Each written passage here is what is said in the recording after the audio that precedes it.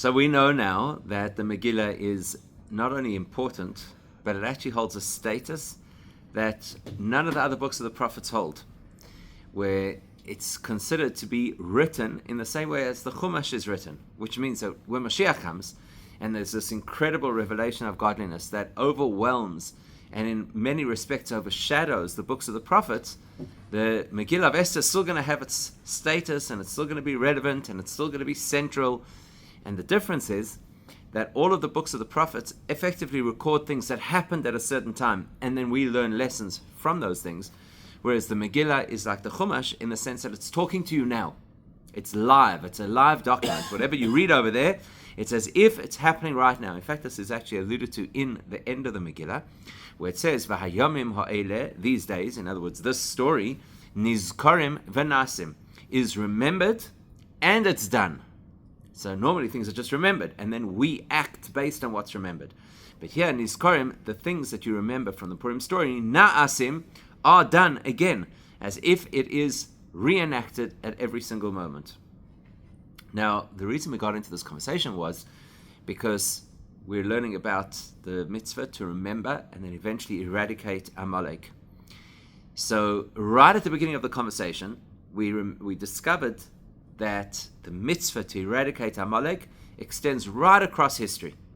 In fact, the first time that Amalek attacks the Jewish people, which we're going to read about on Purim morning, at the end of that story, Hashem says to Moshe, Ki yod, because I've raised a hand, and the symbol of raising a hand is taking an oath. You know, like when a person goes like this and they say, I swear to tell the truth, not whatever.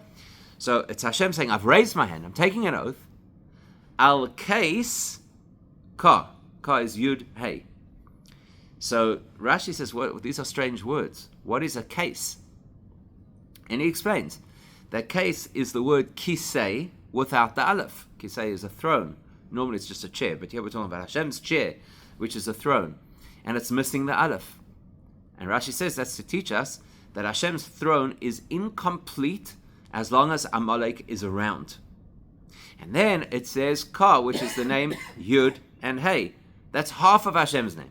The full name of Hashem is Yud Hey and Vav Hey. So that tells you that Hashem's name is incomplete as long as Amalek is around. And therefore the verse continues, Milchama la Hashem ba'Amalek. There is a war from Hashem against Amalek. It's not just us, that we've got something to deal with because they had the chutzpah to attack us. But it's a war that Hashem has against Amalek, mi dor dor, from generation to generation. In other words, that tells you that this is a very big deal, and it's going to stretch across the whole of Jewish history. And for that reason, Amalek is somehow a very pervasive issue in Judaism. And those parts of the Torah that speak about Amalek become very important parts of Judaism, including and especially the Megillah, which tells us the story about where we beat a very important Amalek character, Haman. And that's why, one of the reasons, at least, why the Megillah becomes this doctrine and this book that's never going to be overshadowed, and it's never going to lose its relevance, even when Mashiach comes. Okay, so that's how we reframed it. That it's something that applies right across the whole of time. And also, if you remember right at the beginning, we said that's why it has to be relevant in every part of Torah, because this is such a big issue. This is such a deep concept within Judaism. It speaks to everything that Judaism is about.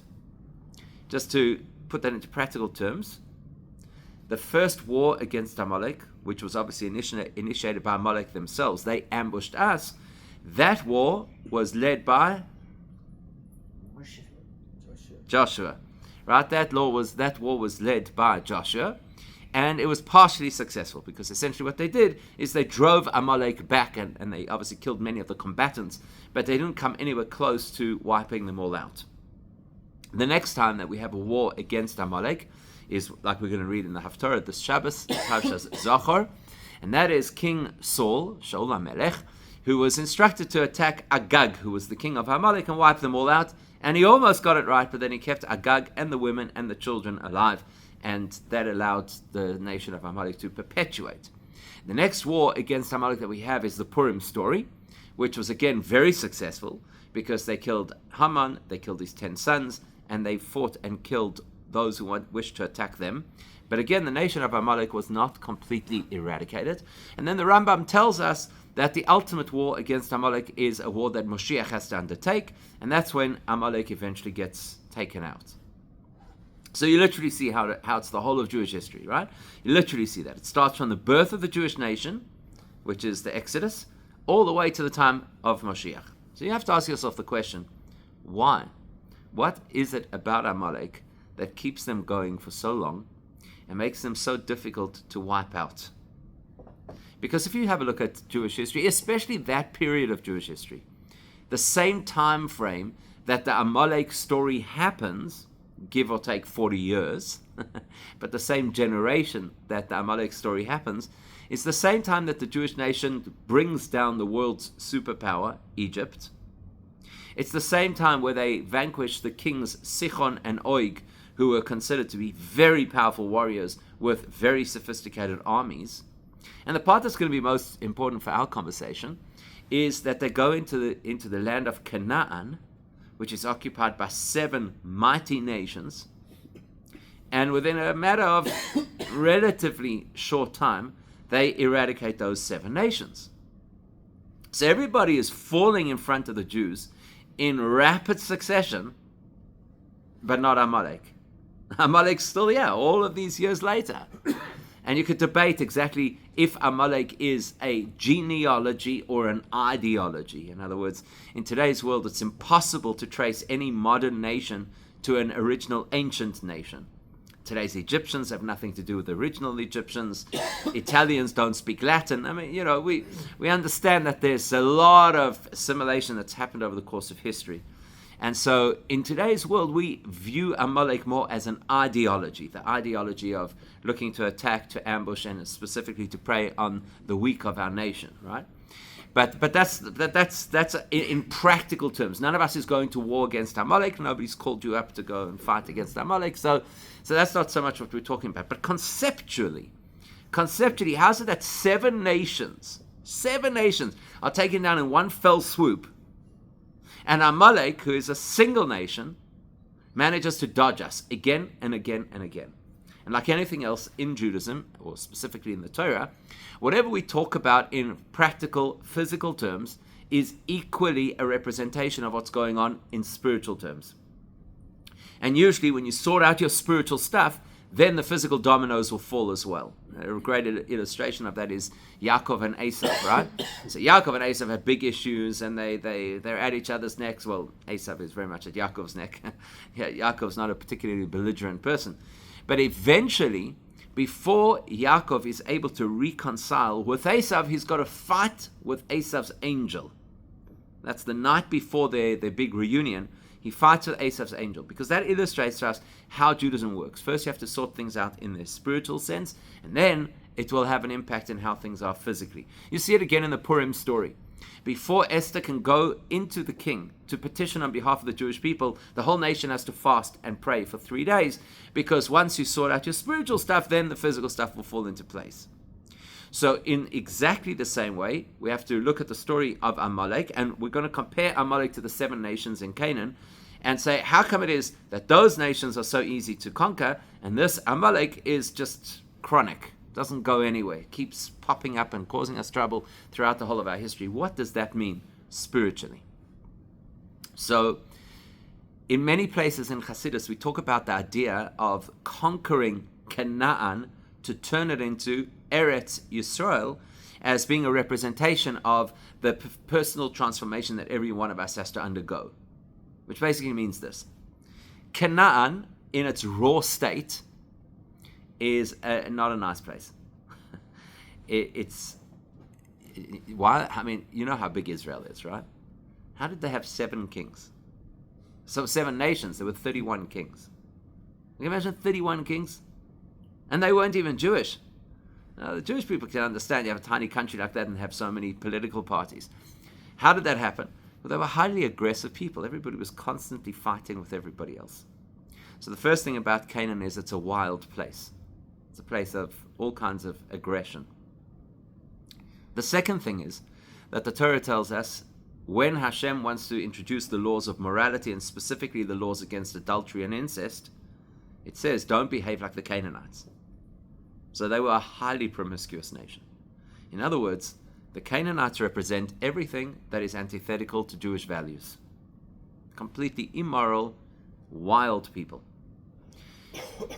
That's Canaan.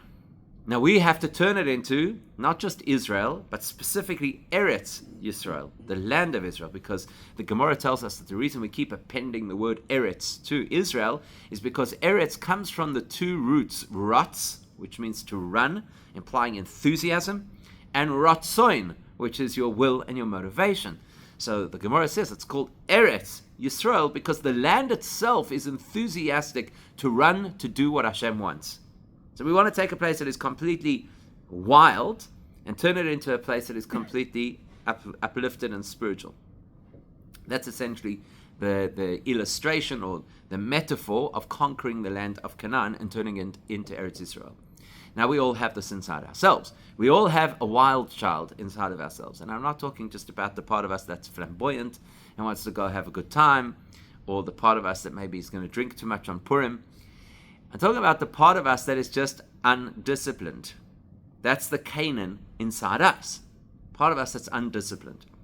And our internal Canaan has 7 nations.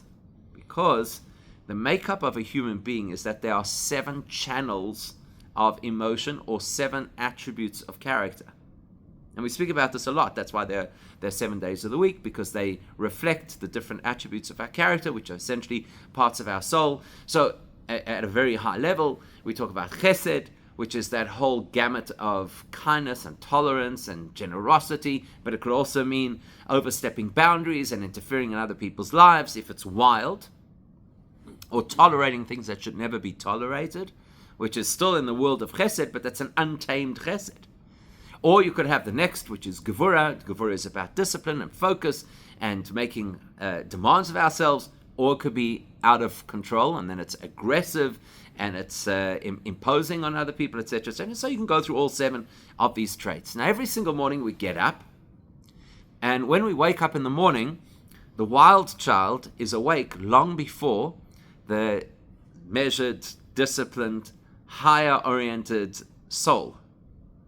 Now, that's just how the human being is wired. So every single day, we've got this work to do to conquer the inner Canaan and turn it back into a holy place. Because if we don't have a program, if we don't have a focus, if we're not disciplined, then we're going to land up basically just behaving like animals. And unfortunately, you only have to look around at the world to see that is quite common. And when a person keeps doing this day after day, their behavior will naturally accelerate over time, and they'll start doing worse and worse things. So it's like, for example, the first time you ever saw somebody skip a red light, you thought, oh my gosh, what's this person doing? And now you look left and right and you say, this is Africa. This is how we drive. Skipping a red light is nothing. It's driving in the opposite lane. Now, that's another level, So there's that kind of creep that happens to our own spirituality. Now, if a person thinks I've got 7 different areas of character that I've got to try and discipline and focus and refine, it might feel very overwhelming. But the reality is that is not so difficult for a person to modify. With some focus and with a fair amount of insight, every person is capable of getting themselves into a healthy place. And let's step out of Judaism for a second. It's accepted in any mature society that people have to rein in their wild animal. It's accepted that you have to be able to be disciplined to do things you don't like to do, whether it's financial responsibility, whether it's doing exercise, whether it's diet, whether it's speaking appropriately around people that you'd rather say different things to. We know that that's part of society. It's relatively accessible. And so the concept of the spiritual growth that is represented by conquering the 7 nations, which is basically taking control of the 7 facets of my personality, is relatively easy and relatively accessible. So therefore, the story historically that represents it, within a matter of a couple of years, everybody is taken care of, and the land is now a nice and civilized environment. Amalek is something altogether different. Now, in order to appreciate what Amalek is, we know that we always talk about systems. The world runs on a system that Hashem has created. Our neshama runs on a system that Hashem has installed in us. Any healthy system, any holy system, always has 10 major facets to it. So we've just spoken about the 7 elements of character. Add to that the 3 elements of intellectual process, and you get the 10 facets of the system that we run on, which is an intellectual, emotional system. That's how humans run. The world also, Hashem creates the world with 10 utterances, as the Mishnah tells us in Pirkei Avos, in the Ethics of the Fathers, that the world is created with 10 utterances because the system of existence has 10 inputs, 10 different divine inputs that make everything run. So that's typically what we call Hishtalshelus, which is a cascading system or a networked system of different interacting energies that make anything run. But then we talk about something that is called Keser. A Keser is a crown. So if you could visualize that a human being, the body, the anatomy of a human being, is designed to reflect the structure of their soul. So the intellect sits at the top, and then it cascades down into the various organs and limbs in exactly the same way as the soul first produces things through understanding, and then that understanding translates into how you feel and what you say and think and what you do. So when you take a crown and you put it on somebody's head, it's actually not really part of the system. It's something you add to the system. That's what sits on top of the head. But the minute you put that crown onto the person's head, everything about the person is different. They are now no longer an ordinary person. So it's not just something that's outside of the system, it's actually something that triggers a whole new system. That's what a crown does. It triggers a whole new reality. You put a crown on somebody's head, and now everybody has to listen to their authority, and now they are held in high esteem, and so on and so forth. So in that spiritual system, whether it's the system of our souls, or whether it's the system of how Hashem runs the world, we always identify Keser, the crown, as the ignition of the rest of the system. So it's the on switch, it's the motivator, it's the reason why we exist, rather than how we exist. Everything that is holy has an unholy counterpart that becomes its nemesis, that basically gets in the way of its function. So if I've got 7 potentially holy ways to express my character, then there'll be 7 potentially unholy ways that I could express my character, and that's what's going to get in the way of my growth. So if Chesed is supposed to be about healthy tolerance and healthy kindness and healthy generosity, then I'm going to have a predisposition to unhealthy tolerance and unhealthy kindness and unhealthy generosity, and that's what's going to interfere with my growth. So if Keser is this very deep and very profound level of what drives me, that will get me out of bed and get me doing the things that Hashem wants, then the antithesis of Keser is going to be something that stops my drive. And that's what Amalek is. That's why when Bilam prophesies about all the various nations, he says, Amalek is the first of all the nations. The biblical nations all represent different spiritual challenges that we'll have. Amalek is the first of all of those nations because Amalek represents what causes any other spiritual challenge that we will face. What is Amalek that causes any of those challenges? So when the Torah describes in Parshas Ki Seitzei that you have to remember what Amalek did, it says Asher Korcha Baderech, which literally means that Amalek ambushed you on the way as you left Egypt. But Rashi says the word Korcha also comes from the word Kar, which is cold. And Rashi says, could you imagine that there's this boiling hot bath and everybody's standing around it and nobody has the guts to go into the bath because it's so hot and you're afraid that you're going to burn yourself. And then one Meshuggah leaps into the bath. Psychologically, for everybody, the bath's not so hot anymore because somebody could do it. In the same way, everybody was afraid to start up with the Jewish people after seeing the miracles of the Exodus, until one Meshuggah, Amalek, came along and said, what are you all so worked up about? They're people like us. Anybody can take them on, and so they attack us. And the psychology of all the nations now changes and says, you know what? You actually can attack the Jewish people. So therefore, what Amalek represents is, just calm down. Don't get so worked up. Don't get so excited. Amalek is the voice where you're sitting at a Farbrengen or you're listening to a shir and you're starting to get very excited by the things that you're hearing, and somebody says, just chill. You don't have to get carried away. In other words, Amalek is the voice of complacency. And here's the trick. This is fascinating when you think about it. The psychology of it is fascinating. Here's the trick. Complacency is most likely to affect you once you have been successful. Right? In other words, if I know that I've got these 7 different elements of my character that I've got to try and calibrate and I've got to try and manage, and I know, for example, there's the wild version of my chesed, and I really have to get to the healthy version of my chesed, then I know there's a problem. I'm going to work on the problem. And once the problem is resolved, then I no longer have to worry about that problem. That's where Amalek comes in and says, okay, you're good. You did very well here. You've made tremendous strides. Look around at everybody else. Nobody is where you are. You know your friends, they don't come to the shir in the morning before shul. They don't even come to shul at all. You're good. You can now put cruise control. So Amalek is the one who injects complacency into our spiritual path every time we succeed. Ironic, but that's exactly how complacency works. And that's why the war against Amalek is a war across the whole of history.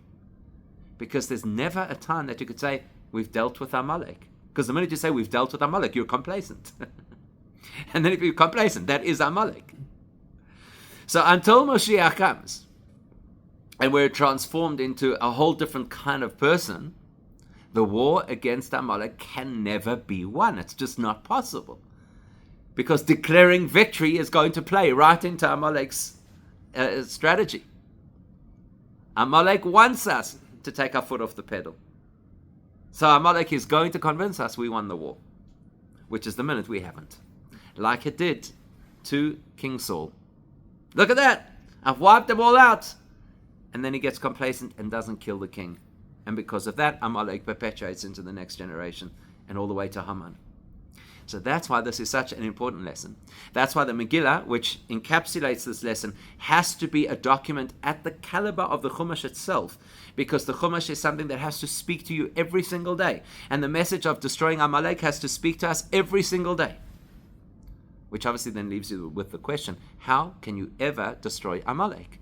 Never. Never, right? You said it, you never. So there is one secret, and that is, and that's why there was some confusion earlier when I asked you who led the war against Amalek. Joshua was the head of the campaign, but it says very clearly that Moshe had to choose the soldiers. And then, of course, he sat on the mountain and he had to raise his hands. Because the only way that you can beat Amalek in your own life is you have to be Moshe's man. You have to be dedicated to the guidance of the Moshe, the tzaddik of the generation. If you have that, then you can overcome Amalek.